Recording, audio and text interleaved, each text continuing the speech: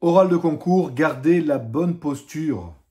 Bonjour à toutes et tous, je suis très heureux de vous retrouver sur cette nouvelle vidéo pour vous donner un nouveau conseil sur la préparation des oraux de concours. Alors aujourd'hui, je vais essentiellement m'adresser aux personnes qui préparent des concours de catégorie B et de catégorie A. C'est-à-dire des personnes qui vont être amenées à manager.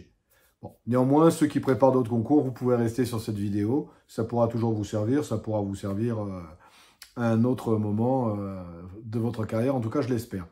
Donc, ce que je voulais vous dire dans cette vidéo, sur la posture à avoir. Très souvent, voire trop souvent, j'entends des gens qui me disent, quand on fait des mises en situation, je vais voir avec ma hiérarchie. Non. Maintenant, la hiérarchie, c'est vous. Donc, le premier conseil que je vais vous donner, en termes de management, c'est de prendre vos responsabilités et d'adopter la bonne posture. C'est vous le chef maintenant. Donc, on n'appelle pas son cadre supérieur, on gère la situation. Alors, on va bien évidemment faire un retour à son cadre supérieur, bien évidemment. On va éventuellement demander des conseils sur des situations extrêmes, mais dans le quotidien, vous devez avoir la posture du manager. Hein? Si on vous demande qu'est-ce que vous feriez si vous aviez, je sais pas, un agent qui arrive dans vos services en état d'ébriété, vous n'allez pas dire j'en appelle à ma hiérarchie. Non, vous le gérez vous. C'est vous le patron maintenant. Donc ça, même le jour de votre oral, vous devez vous positionner en tant que cadre A, que cadre B, et non pas en tant que candidat à un oral de concours. Ce n'est pas l'objet. Hein, vraiment, je le dis souvent, un oral de concours, c'est un peu comme un entretien de recrutement. On doit montrer qu'on a les compétences nécessaires pour tenir le poste. OK ? Donc ça, c'est un petit peu le premier conseil que j'ai envie de vous donner. Prenez vos responsabilités de manager, prenez vos responsabilités d'encadrant. C'est important, c'est essentiel. Je profite de ce premier conseil pour me présenter. Pour ceux et celles qui ne me connaissent pas, je suis Stéphane Murassiol. Je suis directeur des ressources humaines en collectivité territoriale depuis bientôt plus de 20 ans. Et j'ai une activité accessoire de formateur, de consultant. Et j'écris une newsletter, donc je vous invite à aller voir cette newsletter et à vous y abonner, parce qu'elle va vous offrir des conseils supplémentaires aux conseils que vous trouverez dans cette vidéo. C'est une newsletter hebdomadaire. Parfois, j'ajoute même, parfois non, régulièrement, j'ajoute des audios, des petites vidéos, des conseils supplémentaires. Donc vraiment, abonnez-vous. Vous avez le lien en dessous et vous allez voir que vous allez pouvoir apprendre énormément de choses. Il y a une version gratuite et il y a une version payante pour ceux qui veulent aller un peu plus loin et qui veulent investir sur du long terme. Vous verrez, vous avez toutes les infos. N'hésitez pas à aller voir. Ça me fera très plaisir de pouvoir vous compter parmi la communauté qui grandit chaque jour. Donc le premier conseil, j'y reviens, c'était de prendre vos responsabilités en tant que manager. Le deuxième conseil, c'est d'avoir un vocabulaire adapté. Lorsque on monte en hiérarchie, on ne peut plus se permettre de parler de choses, de parler de trucs, bien évidemment. Donc, on a un vocabulaire adapté, on a un vocabulaire qui peut être juridique, qui peut être financier, qui peut, lorsqu'on parle de statut de la fonction publique territoriale, on emploie les bons termes, etc. etc. Donc ça, c'est important aussi pour vous positionner réellement en tant que cadre, c'est d'avoir le vocabulaire qui est adapté. Donc vraiment, faites bien attention à ça. Pour avoir le vocabulaire adapté, ce n'est pas très compliqué. Il suffit de lire des choses, il suffit de lire régulièrement. On ne lit jamais assez. Ça, c'est important, c'est un conseil qu'on peut donner à tout le monde. On ne lit pas assez. On ne lit pas assez, ce qui nous permet de ne pas assez nous cultiver, qui ne permet pas de se cultiver, qui ne permet pas d'avoir un vocabulaire riche, qui ne permet pas de maîtriser les règles d'orthographe et de grammaire. Donc vraiment, lisez. Lisez de tout, hein, pas que des bouquins sérieux, que des bouquins de droit, des articles sur les collectivités, sur l'organisation de l'État ou sur le droit, j'en sais rien. Lisez de tout, mais lisez. Ça va vous permettre d'enrichir votre vocabulaire et d'avoir un vocabulaire précis. La lecture n'est jamais du temps perdu. C'est un investissement. C'est un investissement à plus long terme, peut-être, mais qui vous servira toujours, quoi qu'il arrive, y compris dans votre vie quotidienne, dans les échanges professionnels ou personnels que vous pouvez avoir. Il est toujours préférable d'avoir un vocabulaire enrichi, donc lisez. Et lisez ma newsletter, bien évidemment. Donc ça, c'était le deuxième conseil à avoir, le vocabulaire enrichi. Le troisième, c'est d'avoir une posture physique. tiens pas comme ça. Non, voilà. Je me positionne, que je sois assis ou debout, peu importe. Je dois me tenir droit, je dois faire des gestes. Alors, bon, moi, je suis un peu méditerranéen, donc mes gestes, ils sont naturels, mais si ce n'est pas votre cas, c'est pas très grave. Mais vraiment, le fait d'avoir des gestes, de faire des mouvements, ça prouve aussi qu'on a une certaine assurance, qu'on a des choses à dire. Voilà, moi, vous voyez, j'appuie sur quelque chose, j'ai le poing qui va en avant, etc. Donc ça, il faut s'entraîner.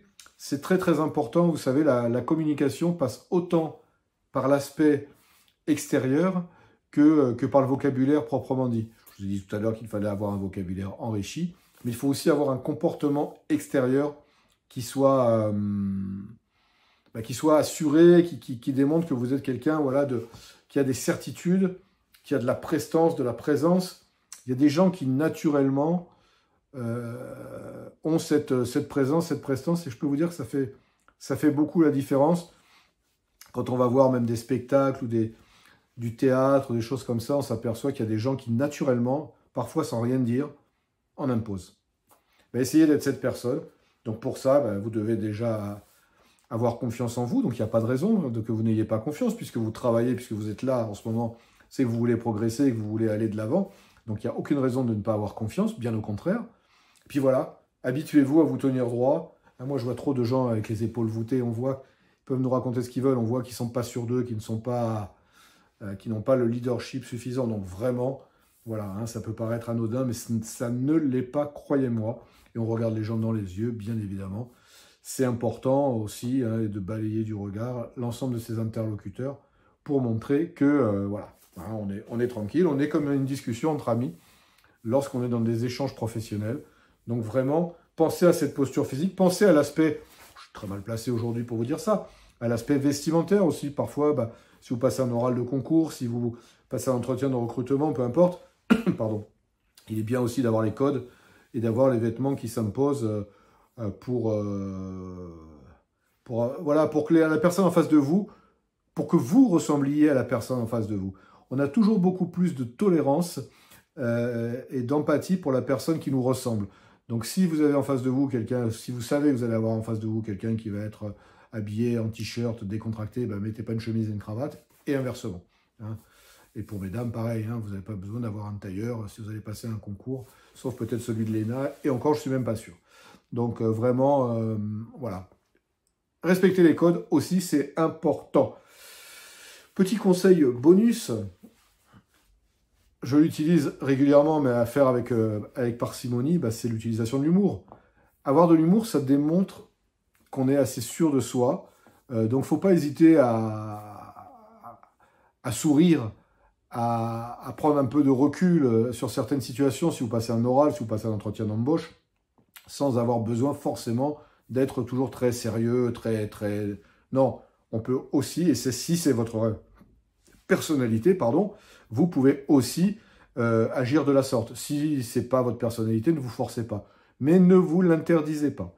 Vraiment, c'est quelque chose qu'il faut tenir, vous pouvez en tenir compte. Moi j'ai des souvenirs d'avoir passé un entretien d'embauche, il y a quelques temps maintenant, on a beaucoup ri. Et c'est pas très grave, au contraire, j'ai été retenu, donc c'est plutôt bon signe. Mais après, il ne faut pas que ce soit un one-man show non plus, on est bien d'accord. Ok? Donc je reviens un petit peu sur la posture à avoir pour l'oral, puisque c'est notre objet aujourd'hui, mais vous voyez que ces conseils peuvent aller bien au-delà. Donc pour un oral de concours, vraiment, vraiment, prenez vos responsabilités de manager, enrichissez votre vocabulaire en lisant beaucoup, et je rappelle une nouvelle fois ma newsletter. Qu'est-ce qu'il y a d'autre? Ayez la bonne posture physique, excusez-moi, j'ai un trou de mémoire, ayez la posture physique qui convient, et qui peut être décontractée, d'ailleurs, vous voyez, moi je suis pas très... Ça peut être décontracté, j'espère que ce que je vous raconte est crédible. Donc la posture qui convient, et un peu d'humour, pourquoi pas, ça peut toujours faire un petit peu de bien. Donc voilà, si vous respectez tout ça, vous allez avoir la posture qui convient dans votre oral de concours.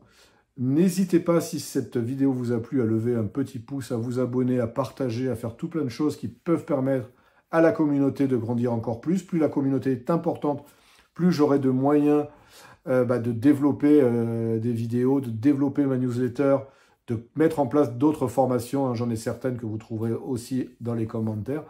Donc plus la communauté sera grande, mieux c'est pour nous tous finalement. Donc vraiment, je compte sur vous pour partager et pour participer au développement de cette belle aventure qui est la nôtre, hein, dont je suis l'initiateur, mais j'espère que vous m'accompagnerez le plus longtemps possible. Pas trop longtemps, parce que j'espère aussi que vous allez avoir votre concours et que vous n'aurez plus besoin de mes conseils. En attendant, je vous dis à très bientôt.